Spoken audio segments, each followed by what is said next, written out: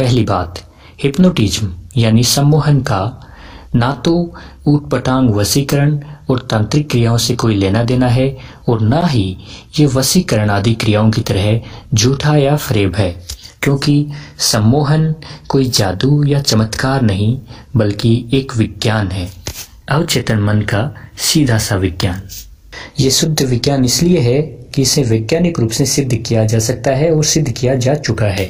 तो अगर ये समझ गए कि हिप्नोटिज्म क्या नहीं है, तो अब आइए जान लेते हैं हिप्नोटिज्म क्या है और ये कैसे काम करता है। हिप्नोटिज्म का अर्थ है किसी दूसरे व्यक्ति को सम्मोहित करके उसे अपनी बात मानने के लिए बाध्य कर देना, कि आप जो भी कहो वो बिना प्रश्न किए आपकी बात को सत्य माने और उसके अनुसार कार्य करे। ज्यादातर चिकित्सा विज्ञान में हिप्नोटिज्म का उपयोग किया जाता है, लेकिन इसके अलावा भी इसके बहुत सारे उपयोग हैं और कई बार हिप्नोटिज्म के दुरुपयोग भी सामने आए हैं।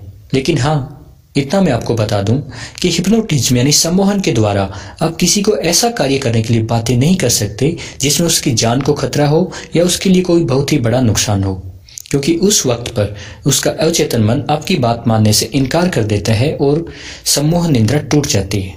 तो आइए अब जानते हैं सम्मोहन काम कैसे करता है। और मैं आपको पहले यह भी बता दूं कि सम्मोहन की प्रक्रिया को समझना इतना मुश्किल नहीं, आप आसानी से समझ सकते हो कि सम्मोहन कैसे काम करता है।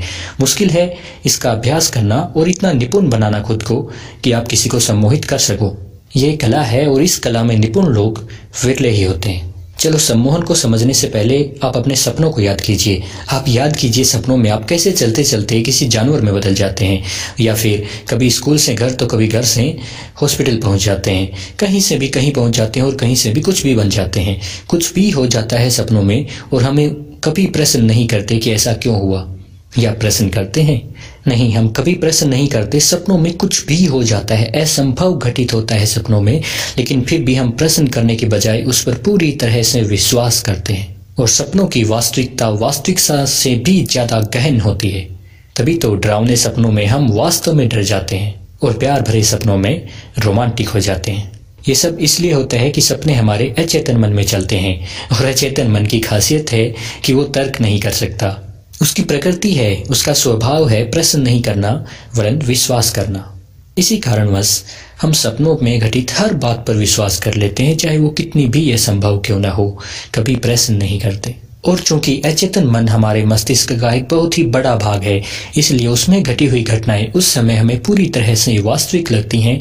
जब हमारी निद्रा टूटती है उसी समय हमें भान होता है कि जो हुआ वो केवल काल्पनिक था, क्योंकि उस टाइम पर हमारा चेतन मस्तिष्क सक्रिय हो जाता है जिसमें लॉजिकल पावर है, तर्क करने की क्षमता है और तर्क से हम उन बातों को झुठला देते हैं। लेकिन नींद में और सपनों में हम कभी उन बातों को झुठला नहीं सकते, कभी उन पर प्रश्न चिन्ह नहीं लगा सकते, हर बात पर विश्वास करते चले जाते हैं। यही सम्मोहन विज्ञान का आधारभूत सिद्धांत भी है।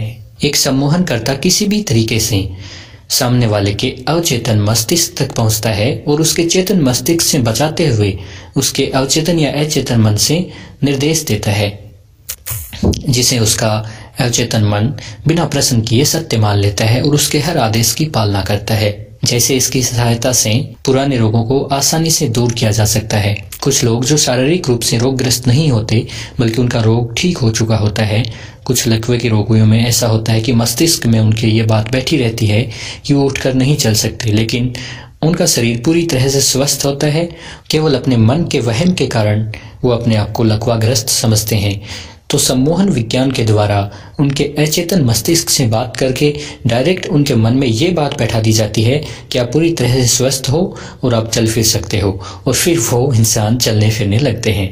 या फिर सम्मोहन का एक एग्जाम्पल आपने बहुधा सुना होगा कि एक व्यक्ति की हथेली पर एक पत्थर रखकर उसे बोल दिया जाता है कि तेरी हथेली पर आग का अंगारा रखा है, और उसकी हथेली पर जलन भी महसूस होती है और वहां पे फफोले भी बन जाते हैं।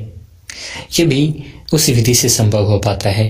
इसी तरह सम्मोहन से अनेक चमत्कार किए जा सकते हैं। किसी के मस्तिष्क में बैठा दिया जाए कि तुम बहुत ही मेधावी और कुशाग्र बुद्धि हो, तो वो अपने आप को कुशाग्र बुद्धि समझने लगता है और बड़ी से बड़ी सफलताओं को आसानी से छूने लगता है। और इसी तरह किसी के मन में यह भी बैठाया जा सकता है कि तुम कुछ नहीं कर सकते, तुम्हारे बस का कुछ भी नहीं, और वो अपने आप को हीन भावना से देखने लगता है।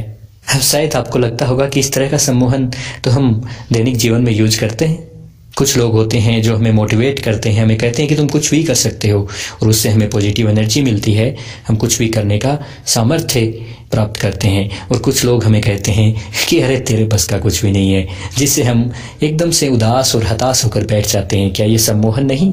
जी हाँ, ये भी सम्मोहन ही है। अंतर है तो केवल मात्रा का। एक प्रोफेशनल सम्मोहनकर्ता में सम्मोहन की क्षमता ज़्यादा होती है और वो बहुत अधिक मात्रा में आपके मस्तिष्क पर प्रभाव छोड़ सकता है, और एक साधारण व्यक्ति की सम्मोहन क्षमता कम होती है।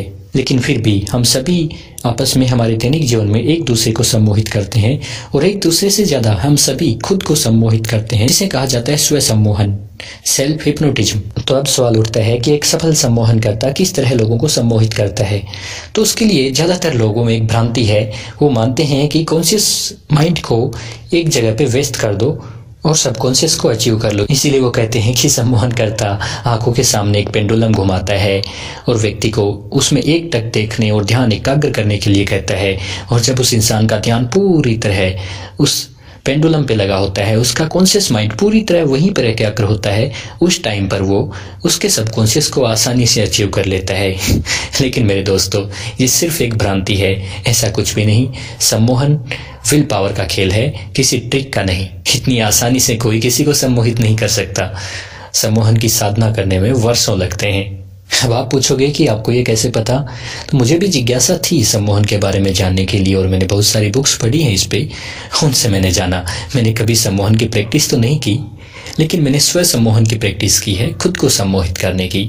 और मैं इतना भी अच्छी तरह से जानता हूँ किसी दूसरे को सम्मोहित करना इतना आसान या किसी ट्रिक का खेल नहीं है कि उसका ध्यान एक चीज़ पे एकाग्र करो और उसे सम्मोहित करो, जो चाहो वो करवाओ। नहीं, ऐसा नहीं होता। वर्षों की साधना चाहिए होती है। अपनी विल पावर को बढ़ाना होता है, विल पावर को श्रेष्ठ से श्रेष्ठतर बनाना होता है। जिसकी विल पावर जितनी ज़्यादा होती है वो उतनी ही आसानी से दूसरे को सम्मोहित कर लेता है। इसी कारण से तो बच्चे जल्दी सम्मोहित हो जाते हैं। आपने भी सुना होगा कि बच्चों को नज़र बड़ी तेज लगती है।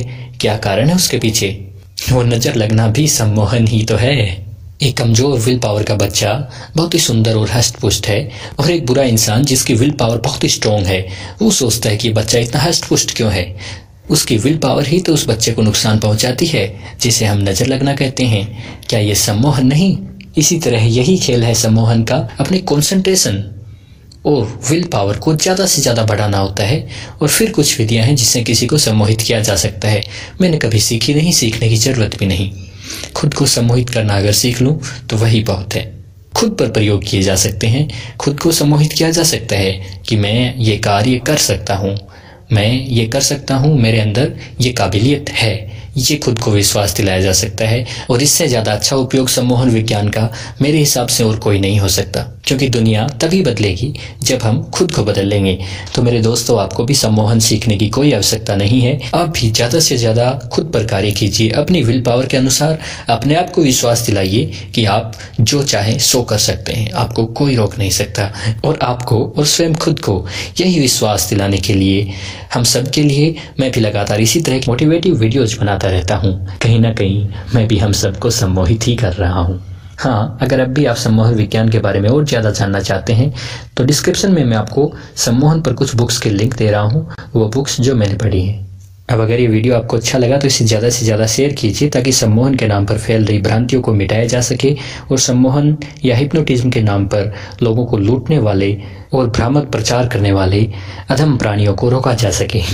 धन्यवाद। कृपया हमारे चैनल को सब्सक्राइब कीजिए और बेल आइकन को दबाइए जीवन में उपयोगी लेटेस्ट वीडियोस तुरंत पाने के लिए।